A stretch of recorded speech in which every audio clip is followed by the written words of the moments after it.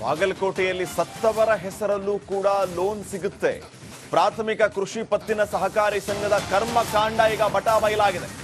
ಸತ್ತವರ ಹೆಸರಲ್ಲಿ ಸಾಲ ತೆಗೆದು ಬ್ಯಾಂಕ್ ಸಿಬ್ಬಂದಿ ಅಕ್ರಮವನ್ನ ಎಸಗಿದ್ದಾರೆ. 5 ಮೃತರ ಹೆಸರಲ್ಲಿ 3,25,000 ರೂಪಾಯಿ ಸಾಲ ಪಡೆದು ಅಕ್ರಮ ಎಸಗಿರೋದು. 1.5 ಕೋಟಿಗೂ ಅಧಿಕ ಸಾಲ ಪಡೆದು ವಂಚನೆಯನ್ನ ಮಾಡಿದ್ದಾರೆ. ಈ ರೀತಿಯ ಒಂದು ಆರೋಪ ಕೇಳಿ ಬರ್ತಾ ಇದೆ. ಸಹಕಾರಿ ಸಂಘದ ವಿವಿಧ ಸದಸ್ಯರಿಂದ ವಂಚನೆಯ ಆರೋಪ ಕೇಳಿ ಬಂದಿದೆ. ನಾವು ಯಾವುದೇ ಅವ್ಯವಹಾರ ಮಾಡಿಲ್ಲ, ತನಿಖೆಗೂ ಸಿದ್ಧವಿದ್ದೀವಿ, ಸತ್ತವರ ಹೆಸರಲ್ಲೂ ಸಾಲ ಮಾಡಿರುವ ಬಗ್ಗೆ ಬ್ಯಾಂಕ್ ಸಿಬ್ಬಂದಿ ಈ ರೀತಿ ಸಮರ್ಥನೆಯನ್ನ ಮಾಡಿಕೊಡ್ತಾ ಇದ್ದಾರೆ.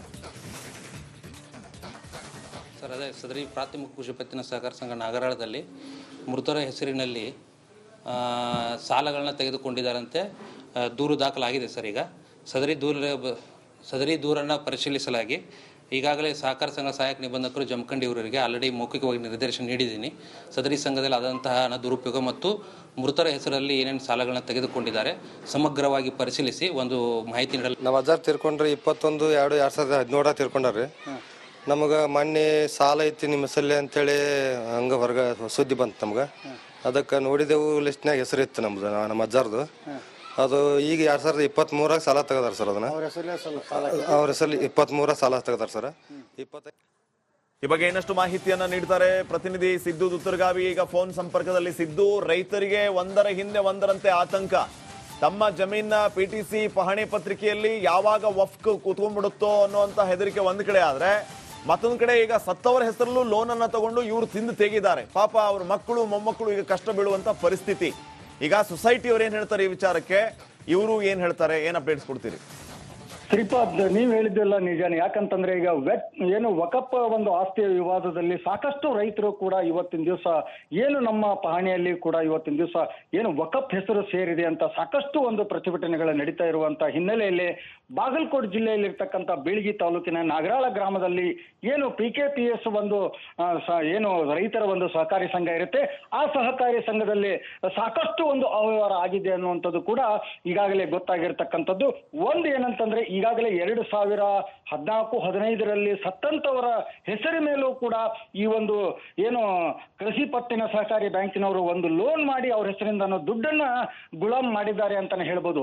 ಯಾಕಂತಂದ್ರೆ ಈಗಾಗಲೇ 5 ಜನ ಕೂಡ ಆ ಗ್ರಾಮದಲ್ಲಿದ್ದಂತ ಏನು ತೀರ್ಕೊಂಡ ಮೇಲೇನೂ ಕೂಡ ಅವರ ಒಂದು ದಾಖಲಾತಿಗಳನ್ನ ಕೂಡ ತಾವೇ ಸಹಿ ಮಾಡೋದ್ರ ಮುಖಾಂತರ ನಕಲಿ ಸಹಿ ಮಾಡಿ ಆ ಹಣವನ್ನು ಕೂಡ ಏನು ದುರುಪಯೋಗ ಮಾಡಿಕೊಂಡಿದ್ದಾರೆ ಅನ್ನುವಂಥದ್ದು ಕೂಡ ಆರೋಪ ಈಗಾಗಲೇ ಮಾಡ್ತಾ ಇದ್ದಾರೆ ಗ್ರಾಮಸ್ಥರು.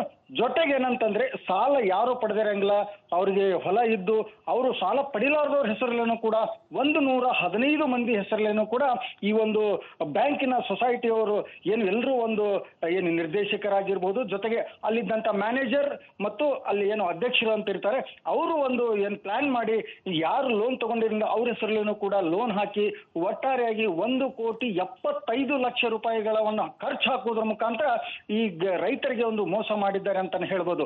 ಯಾಕಂದ್ರೆ ಇಲ್ಲಿವರೆಗೂ ಕೂಡ ಯಾವ ರೈತರಿಗೂ ಗೊತ್ತಿರಲಿಲ್ಲ. ಆದ್ರೆ ರೈತರು ಏನು ಬ್ಯಾಂಕಿಗೆ ಹೋಗಿ ಒಂದು ಯಾವುದೋ ಒಂದು ವ್ಯವಹಾರಕ್ಕೋಸ್ಕರ ಉತ್ತಾರ ತೆಗೆಸ್ಕೊಂಡಾಗಲಿ ಅಥವಾ ನಮ್ಮ ಲೋನ್ ಕೊಡಿ ಅಂದಾಗ ಈಗಾಗಲೇ ಲೋನ್ ಇರುವುದು ಕೂಡ ಕನ್ಫರ್ಮ್ ಆಗುತ್ತೆ. ಹೀಗಾಗಿ ಸಾಕಷ್ಟು ರೈತರು ಕೂಡ ರೊಚ್ಚಿಗೆದ್ದು ಇವತ್ತಿನ ದಿವಸ ಎಲ್ಲಾ ಒಂದು ಏನು ಇರಬಹುದು ಅಂದ್ರೆ ಎಲ್ಲೋ ಒಂದು ಕಡೆ ಹಗರಣಗಳು ಅನ್ನೋದಕ್ಕಿಂತ ಹೆಚ್ಚಿನದಾಗಿ ಏನು ಬಿಜೆಪಿಯ ಅಂದ್ರೆ ಹಿಂದಿನ ಸರ್ಕಾರದ ಅವಧಿಯ ಏನೆಲ್ಲ ವಿಚಾರಗಳಿದ್ವು, ಆರೋಪಗಳಿದ್ವು, ಅವೆಲ್ಲವನ್ನು ಕೂಡ ಮುನ್ನೆಲೆಗೆ ತಂದು ಅವೆಲ್ಲದಕ್ಕೂ ಕೂಡ ಮರುಜೀವವನ್ನು ಕೊಡುವ ಮೂಲಕ ಅವನ್ನ ಮತ್ತೆ ಅಸ್ತ್ರವನ್ನಾಗಿ ಬಳಕೆ ಮಾಡ್ಕೊಳ್ತಾ ಇದ್ದಾರೆ ಕಾಂಗ್ರೆಸ್ನವರು. ಅದನ್ನ ರಾಜಕೀಯವಾಗಿ ಅಸ್ತ್ರಗಳನ್ನಾಗಿ ಮಾಡ್ಕೊಳ್ತಾ ಇರೋದಕ್ಕೆ ವಿರೋಧ ಪಕ್ಷದವರ ಆಕ್ರೋಶ ಇರ್ತಕ್ಕಂಥ, ಜೊತೆಗೆ ಅವರು ತೀವ್ರವಾದಂತಹ ಅಸಮಾಧಾನವನ್ನು ಕೂಡ ಆಗ್ತಾ ಇರ್ತಕ್ಕಂಥದ್ದು. ಈಗಲೂ ಕೂಡ ನಗೇನ್ ಬಾಬು ಆರ್ ಅಶೋಕ್ ಅವರು ಹೇಳೋ ಪ್ರಕಾರ ಈ ಹಿಂದೆ ಎಂದೂ ಕೂಡ ಇಂತಹ ಒಂದು ದ್ವೇಷದ ಸರ್ಕಾರವನ್ನು ನಾವೆಲ್ಲೂ ನೋಡಿರಲಿಲ್ಲ ಅಂತಕ್ಕಂಥ ಮಾತನ್ನ ಹೇಳಿದ್ದಾರೆ. ಹಿಂದೆ ಸದಾನಂದ ಗೌಡರಾಗಿದ್ದಾಗಲಿರ್ಬೋದು, ಜಗದೀಶ್ ಶೆಟ್ಟರ್ ಇದ್ದಾಗ. ಬಸವರಾಜ್ ಮಾಹಿತಿಗಾಗಿ. ಮತ್ತೆ ಮಾಜಿ ಸಿಎಂ BS ಯಡಿಯೂರಪ್ಪ ಅವರಿಗೆ ಕಾಂಗ್ರೆಸ್ ಶಾಕ್ ಅನ್ನ ನೀಡ್ತಾ ಇದೆ. BS ಯಡಿಯೂರಪ್ಪ ಅವರ ವಿರುದ್ಧ ಪ್ರಾಸಿಕ್ಯೂಷನ್ ಅನುಮತಿಗೆ ಗ್ರೀನ್ ಸಿಗ್ನಲ್ ಅನ್ನ ಕೊಟ್ಟಿರೋದು. ರಾಜ್ಯಪಾಲರಿಗೆ ಶಿಫಾರಸು ಮಾಡೋದಕ್ಕೆ ಸಂಪುಟ ನಿರ್ಧಾರವನ್ನ ತೆಗೆದುಕೊಂಡಿದೆ. ಪ್ರಾಸಿಕ್ಯೂಷನ್ಗೆ ಅನುಮತಿಯನ್ನ ನೀಡಿದ್ದಕ್ಕೆ ಈಗ ಬಿಜೆಪಿಗರು ಕಿಡಿಕಾರ್ತಾ ಇದ್ದಾರೆ, ಹೇಳ್ತಾ ಇದ್ದಾರೆ ಇದೊಂದು ದ್ವೇಷದ ರಾಜಕಾರಣ ಅಂತ. ಕಾಂಗ್ರೆಸ್ನ ವಿರುದ್ಧ ವಿಪಕ್ಷ ನಾಯಕ ಆರ್ ಅಶೋಕ್ ಕಿಡಿಕಾರಿದ್ದಾರೆ. ಇವರು ವಿರೋಧ ಪಕ್ಷದಲ್ಲಿದ್ದಾಗ ಬಾಯಿ ಮುಚ್ಕೊಂಡಿದ್ರು. ಈಗ ಈ ರೀತಿ ಪ್ರಶ್ನೆ ಮಾಡ್ತಿದ್ದಾರೆ ಅಂತ ಅಶೋಕ್ ಗರಂ ಆಗಿದ್ದಾರೆ. ಆಡಳಿತ ಪಕ್ಷ ಕಾಂಗ್ರೆಸ್ನ ವಿರುದ್ಧ ಇದು ದ್ವೇಷ ರಾಜಕಾರಣ ಅಂತ ಕಿಡಿಕಾರಿದ್ದಾರೆ. ಯಾಕೆ ಸ್ವಾರ್ಥ ಈಗ ಪ್ರಶ್ನೆ ಮಾಡ್ತಾ ಇದ್ದಾರೆ ಅಂದರೆ ಇದು ದ್ವೇಷದ ರಾಜಕಾರಣ.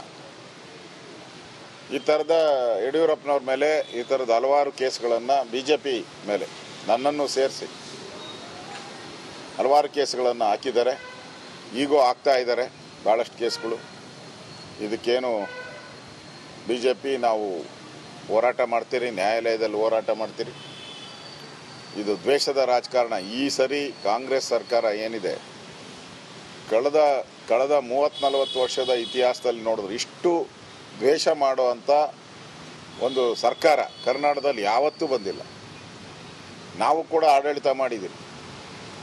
ಯಾವತ್ತೂ ಯಡಿಯೂರಪ್ಪನವರಾಗಲಿ ಸದಾನಂದ ಗೌಡರಾಗಲಿ ಯಡಿಯೂರಪ್ಪ ವಿರುದ್ಧ ಪ್ರಾಸಿಕ್ಯೂಷನ್ ಅನುಮತಿಗೆ ಕ್ಯಾಬಿನೆಟ್ ನಿರ್ಧಾರ ಮಾಡಿದ್ದು ಈಗ ವಿಪಕ್ಷದ ಆಕ್ರೋಶಕ್ಕೆ ಕಾರಣ ಆಗ್ತಾ ಇದೆ. ಇನ್ನಷ್ಟು ಮಾಹಿತಿಯನ್ನ ನೀಡ್ತಾರೆ ಪ್ರತಿನಿಧಿ ಸುರೇಶ್. ಈಗ ನೇರ ಸಂಪರ್ಕದಲ್ಲಿ ಜಾಯ್ನ್ ಆಗ್ತಾ ಇದ್ದಾರೆ. ಸುರೇಶ್, ಕ್ಯಾಬಿನೆಟ್ ನಿರ್ಧಾರ ಮಾಡಿದೆ ಪ್ರಾಸಿಕ್ಯೂಷನ್ ವಿಚಾರವಾಗಿ. ಈಗ ಇದೇ ವಿಚಾರ ವಿರೋಧ ಪಕ್ಷದ ನಾಯಕರ ಆಕ್ರೋಶಕ್ಕೆ ಕಾರಣ ಆಗ್ತಾ ಇದೆ. ಅವ್ರು ಹೇಳ್ತಾ ಇರೋದು ಇದು ದ್ವೇಷದ ರಾಜಕಾರಣ ಅಂತ. ದ್ವೇಷದ ರಾಜಕಾರಣವನ್ನ ಮಾಡ್ತಾ ಇದ್ದಾರೆ. ಇಂಥ ದ್ವೇಷದ ರಾಜಕಾರಣ ಮಾಡುವ ಪಕ್ಷವನ್ನೇ ನಮ್ಮ ರಾಜ್ಯದ ಇತಿಹಾಸದಲ್ಲಿ ನೋಡ್ಲಿಲ್ಲ ಅಂತ. ಇದನ್ನ ಕಾಂಗ್ರೆಸ್ ಯಾವ ರೀತಿ ನೋಡುತ್ತೆ, ಮುಂದೆ ಏನಾಗ್ಬೋದು ಅಂತ?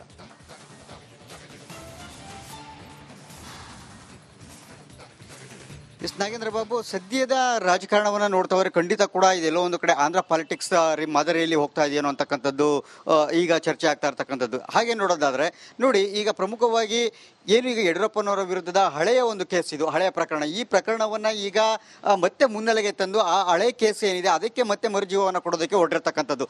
ಈಗ ಆಗಲೇ ಗವರ್ನರ್ ಏನು ಹಿಂದೆನೇ ಅದನ್ನು ರಿಜೆಕ್ಟ್ ಮಾಡಿರ್ತಕ್ಕಂಥದ್ದು. ಇದನ್ನ ಪ್ರಾಸಿಕ್ಯೂಷನ್ ಕೊಡಕ್ಕೆ ಬರೋದಿಲ್ಲ ಅಂತ ಹೇಳಿದ್ರು ಸ್ಪಷ್ಟವಾಗಿ. ಆದ್ರೂ ಕೂಡ ಈಗ ಮತ್ತೆ ರಾಜ್ಯ ಸರ್ಕಾರ ಅದನ್ನ ಹಿಂದೆ ಕೊಟ್ಟಂತಹ ರಾಜ್ಯಪಾಲರು ಕೊಟ್ಟಂತಹ ಆದೇಶದಿಂದ ಅದನ್ನು ವಾಪಸ್ ತಗೊಂಡು ಈಗ ಮತ್ತೆ ಮರುಪರಿಶೀಲನೆ ಮಾಡಬೇಕು ಅಂತ ಹೇಳಿ ಮತ್ತೆ ರಾಜ್ಯಪಾಲರಿಗೆ ಪತ್ರವನ್ನು ಬರೆಯೋದಕ್ಕೆ ಕ್ಯಾಬಿನೆಟ್ನಲ್ಲಿ ಡಿಸಿಷನ್ ಆಗಿರ್ತಕ್ಕಂಥದ್ದು. ಸೊ ಇದೆಲ್ಲವನ್ನು ನೋಡ್ತಾ ಹೋದ್ರೆ ಇದು ಒಂದು ಭಾಗ. ಆದರೆ ಮತ್ತೊಂದು ಕಡೆ ಕೋವಿಡ್ ಹಗರಣಗಳಿರ್ಬೋದು, ವಾಲ್ಮೀಕಿ ಹಗರಣಗಳಿರ್ಬೋದು, ಅಂದ್ರೆ ಎಲ್ಲೋ ಒಂದು ಕಡೆ ಹಗರಣಗಳು ಅನ್ನೋದಕ್ಕಿಂತ ಹೆಚ್ಚಿನದಾಗಿ ಏನು ಬಿಜೆಪಿಯ ಅಂದ್ರೆ ಹಿಂದಿನ ಸರ್ಕಾರದ ಅವಧಿಯ ಏನೆಲ್ಲ ವಿಚಾರಗಳಿದ್ವು, ಆರೋಪಗಳಿದ್ವು, ಅವೆಲ್ಲವನ್ನು ಕೂಡ ಮುನ್ನೆಲೆಗೆ ತಂದು ಅವೆಲ್ಲದಕ್ಕೂ ಕೂಡ ಮರುಜೀವವನ್ನು ಕೊಡುವ ಮೂಲಕ ಅವನ್ನ ಮತ್ತೆ ಅಸ್ತ್ರವನ್ನಾಗಿ ಬಳಕೆ ಮಾಡ್ಕೊಳ್ತಾ ಇದ್ದಾರೆ ಕಾಂಗ್ರೆಸ್ನವರು. ಅದನ್ನ ರಾಜಕೀಯವಾಗಿ ಅಸ್ತ್ರಗಳನ್ನಾಗಿ ಮಾಡ್ಕೊಳ್ತಾ ಇರೋದಕ್ಕೆ ವಿರೋಧ ಪಕ್ಷದವರ ಆಕ್ರೋಶ ಇರ್ತಕ್ಕಂಥದ್ದು. ಜೊತೆಗೆ ಅವರು ತೀವ್ರವಾದಂತಹ ಅಸಮಾಧಾನವನ್ನು ಕೂಡ ಆಗ್ತಾ ಇರ್ತಕ್ಕಂಥದ್ದು. ಈಗಲೂ ಕೂಡ ನಾಗೇಂದ್ರ ಬಾಬು, ಅಶೋಕ್ ಅವರು ಹೇಳೋ ಪ್ರಕಾರ ಈ ಹಿಂದೆ ಎಂದೂ ಕೂಡ ಇಂತಹ ಒಂದು ದ್ವೇಷದ ಸರ್ಕಾರವನ್ನು ನಾವೆಲ್ಲೂ ನೋಡಿರಲಿಲ್ಲ ಅಂತಕ್ಕಂಥ ಮಾತನ್ನ ಹೇಳಿದ್ದಾರೆ. ಹಿಂದೆ ಸದಾನಂದ ಗೌಡರಾಗಿದ್ದಾಗಲಿರ್ಬೋದು, ಜಗದೀಶ್ ಶೆಟ್ಟರ್ ಇದ್ದಾಗ. ಬಸವರಾಜ್ ಮಾಹಿತಿಗಾಗಿ